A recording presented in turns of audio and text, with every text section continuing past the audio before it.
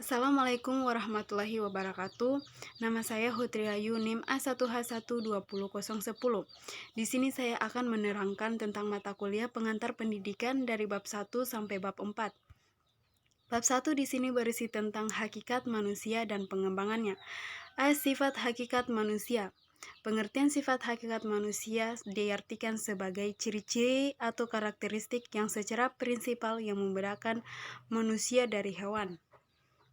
Wujud sifat hakikat manusia terdiri dari kemampuan menyadari diri, kemampuan bereksistensi, memiliki kata hati, moral, kemampuan bertanggung jawab, rasa kebebasan atau kemerdekaan, melaksanakan kewajiban dan menyadari hak, kemampuan menghayati kebahagiaan, kemampuan menyadari diri. Ini harus diperlukan dalam setiap diri manusia, di mana kemampuan dirinya dapat membedakan dari kemampuan orang lain. Kemampuan bereksistensi harus dimiliki oleh peserta didik yang ada di sekolah, di mana peserta didik ini harus mempunyai pengalaman dan mengetahui pengalamannya itu sendiri.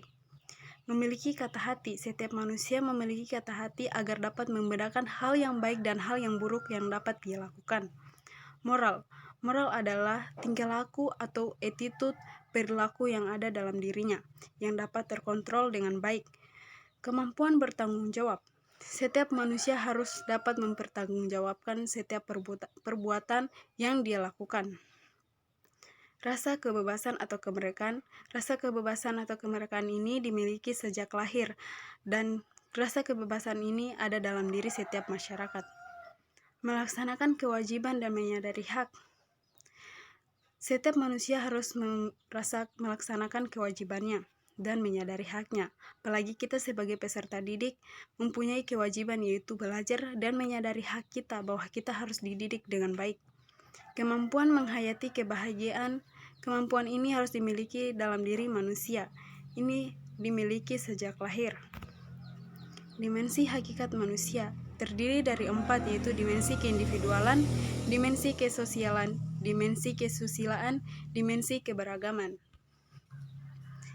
C. Pengembangan dimensi hakikat manusia terdiri dari 2, yaitu pengembangan yang utuh dan pengembangan yang tidak utuh. Pengembangan yang utuh dapat dilihat dari berbagai segi, yaitu dari wujud dimensinya. Keutuhan terjadi antara aspek jasmani dan aspek rohani. Ini diarahkan kepada dimensi keindividualan, kesosialan, dan keberagaman. Pengembangan yang tidak utuh akan terjadi dalam proses pengembangan jika ada unsur manusia yang terabaikan. Bab 2. Pengertian dan unsur-unsur pendidikan.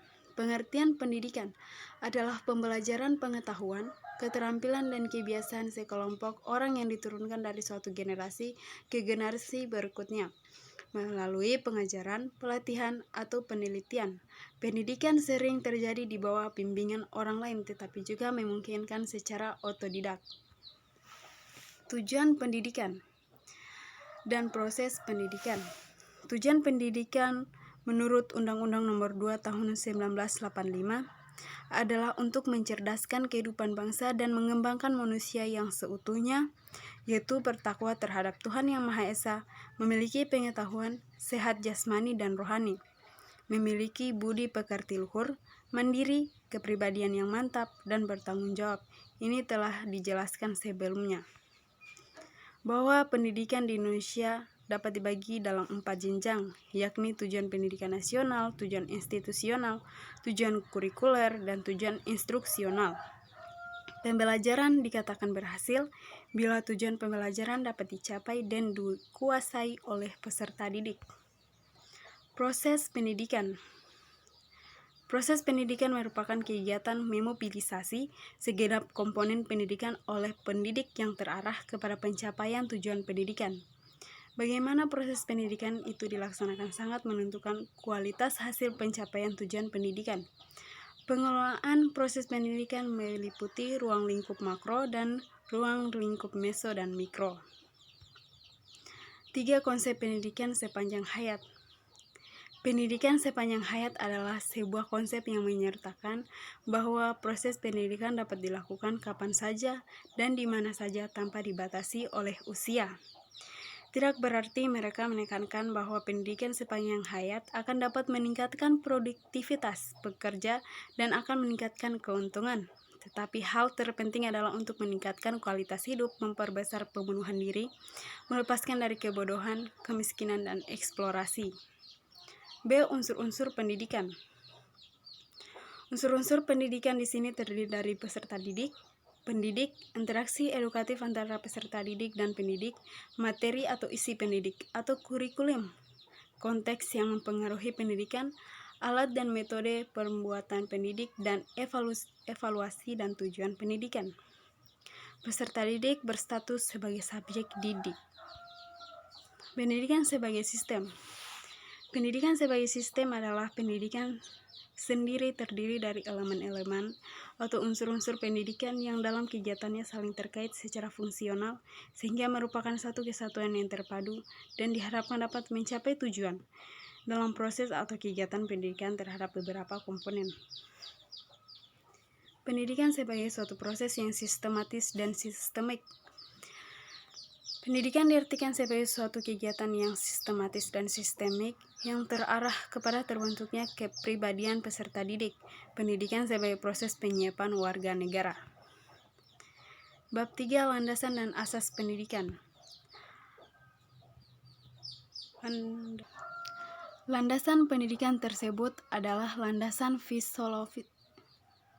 filosofis, sosiologis, kultural, psikologis, dan ipteks. Sedangkan asas-asas pendidikan yang akan dikaji adalah asas Tutwuri Handayani, asas belajar sepanjang hidup atau sepanjang hayat, dan asas kemandirian dalam belajar. Asas pendidikan merupakan suatu kebenaran yang menjadi dasar atau tumpukan berpikir baik pada tahap perencanaan maupun pelaksanaan pendidikan. Asas-asas pokok pendidikan. 1. Asas Tutwuri Handayani. Pada awalnya merupakan salah satu dari asas 1992, yakni 7 buah asas dari Perguruan Nasional Teman Siswi. Asas belajar sepanjang hayat adalah asas belajar yang merupakan pandangan lain dari sisi pendidikan seumur hidup. Asas kemandirian dalam belajar. Dalam kegiatan belajar mengajar, sedini mungkin dikembangkan kemandirian dalam belajar itu dengan menghindari campur tangan guru, namun guru selalu siap untuk ulur tangan apabila diperlukan. Perwujudan asas kemandirian dalam belajar akan menempatkan guru dalam peran utama dan fasilitator dan motivator di samping peran-peran lain.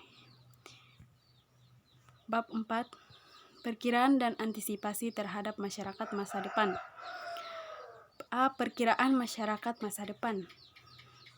Perubahan keadaan masyarakat masa depan yang bertanggung jawab dengan cepat mempunyai beberapa karakteristik umum yang dapat dijadikan petunjuk sebagai ciri masyarakat di masa depan, yaitu 1. Kecenderungan globalisasi. Kecenderungan yang terjadi akibat dari globalisasi adalah akan banyaknya masyarakat bersifat konsumtif yang berlebihan dan juga akan bertambahnya angka kejahatan dalam lingkungan hidup, serta merosotnya pengetahuan dan norma-norma kesopanan, dan juga sifat masyarakat yang hidup kebarat-baratan.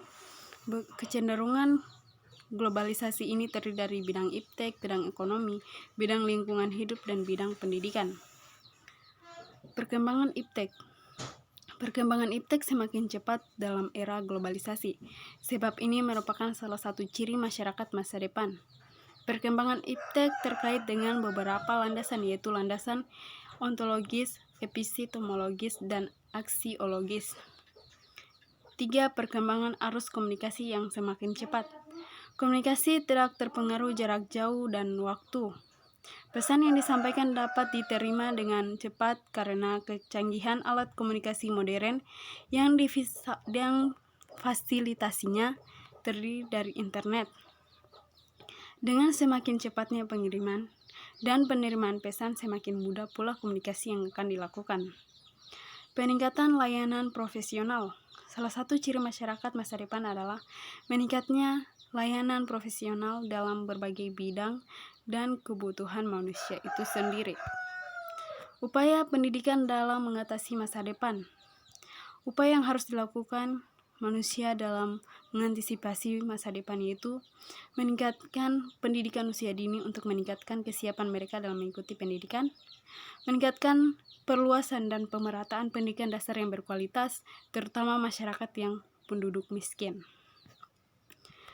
meningkatkan lulusan pendidikan tinggi untuk memenuhi kebutuhan dasar kerja serta mampu menciptakan dan mengembangkan ilmu pengetahuan dan teknologi, mengembangkan pendidikan informal dan keluarga melalui kegiatan mandiri, meningkatkan ketersediaan informasi pendidikan secara transparan untuk memberikan peluang kepada masyarakat dalam memilih satuan pendidikan secara sehat.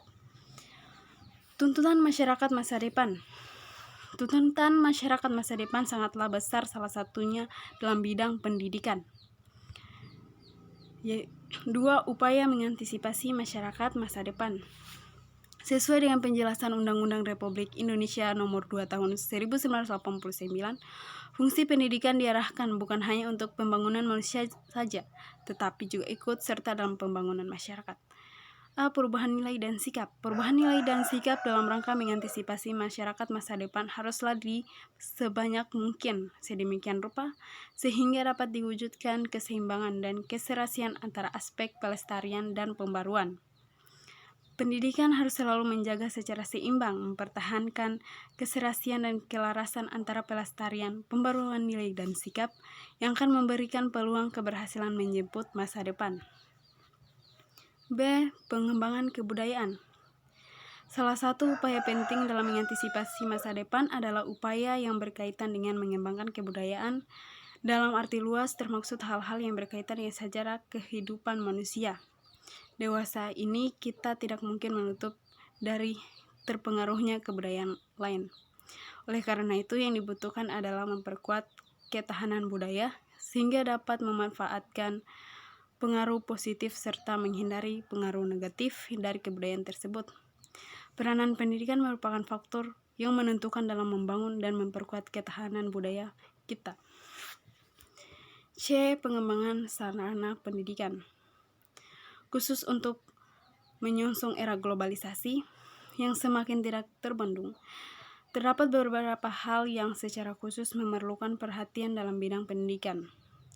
Santoso S. Hamijoyo mengemukakan 5 strategi dasar dalam era globalisasi tersebut, yaitu pendidik untuk mengembangkan iptek dipilih terutama dalam bidang yang vital, seperti manufacturing pertanian. Pendidikan untuk mengembangkan keterampilan manajemen termasuk penguasaan bahasa asing, contohnya bahasa Inggris. Pendidikan untuk pengelolaan kependudukan lingkungan keluarga bencana dan kesehatan sebagai penangkal terhadap menurunnya kualitas hidup dan hancurnya sistem pendukung kehidupan manusia. Pendidikan untuk pengembangan sistem nilai. Pendidikan untuk mempertinggi mutu tenaga kependidikan dan pelatihan yang ada di Indonesia. Terima kasih, mungkin itu saja paparan yang saya bisa sampaikan. Mohon maaf bila ada salah kata, karena setiap manusia memiliki kesalahan. Wassalamualaikum warahmatullahi wabarakatuh. Sampai jumpa.